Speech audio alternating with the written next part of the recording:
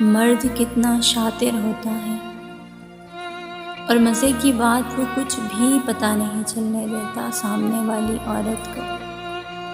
پہلے وہ پرواہ کرتا ہے، خیال رکھتا ہے ہر بات کا، ہر چیز کا، کہ آپ کیوں اداس ہو، آپ کی آنکھ نم کیوں ہے۔ اور عورت سوچتی ہے دیکھو یہ شخص کتنی پرواہ کرتا ہے میری اداسی کی، میرے اشکوں کی۔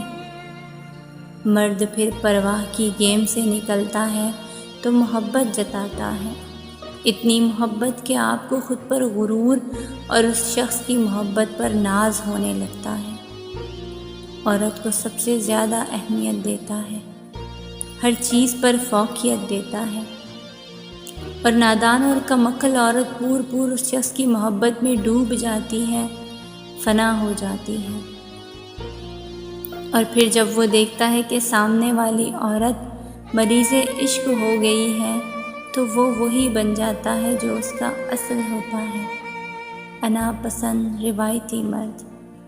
کیونکہ اسے پتہ چل جاتا ہے اب وہ ڈرامے ڈھونگ نہ بھی کرے گا تو یہ عشق میں غرق عورت کہیں نہ جائے گی، کیونکہ عورت اگر محبت کرے تو پورے دل سے، پوری وفا سے نبھاتی ہے آخر تک۔ وہ آخر تک کوشش کرتی ہے اس کا من چاہا اس سے دور نہ ہو۔ وہ بھول جاتی ہے کہ ہاں یہی تو شخص تھا جو پرواہ کرتا تھا، خیال رکھتا تھا اور محبت جتاتا تھا۔ اسے یاد رہتا ہے تو بس اتنا کہ وہ اس کے دل میں بستا ہے، پھر کیسی انا، کہاں کا غرور اور کس بات کی اکڑ۔ وہ نبھاتی جاتی ہے اپنے دل کے اس رشتے کو، اور نبھاتے نبھاتے ایک وقت ایسا آتا ہے وہ تھکنے لگتی ہے، اس کے دل پر، اس کی روح پر تھکن حاوی ہونے لگتی ہے۔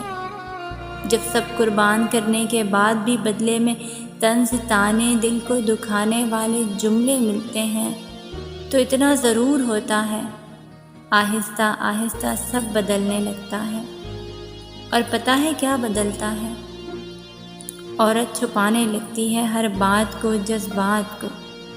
وہ چپ رہنا سیکھنے لگتی ہے، وہ اپنے دل میں آتی محبت کی پھوار کو سینت سینت کر رکھنے لگتی ہے۔ وہ ڈرتی ہے اگر یہ آشکار ہو گئی تو پھر سے نیا طنز، نئی تذلیل، تو آخر وہ چپ رہنا سیکھ جاتی ہے۔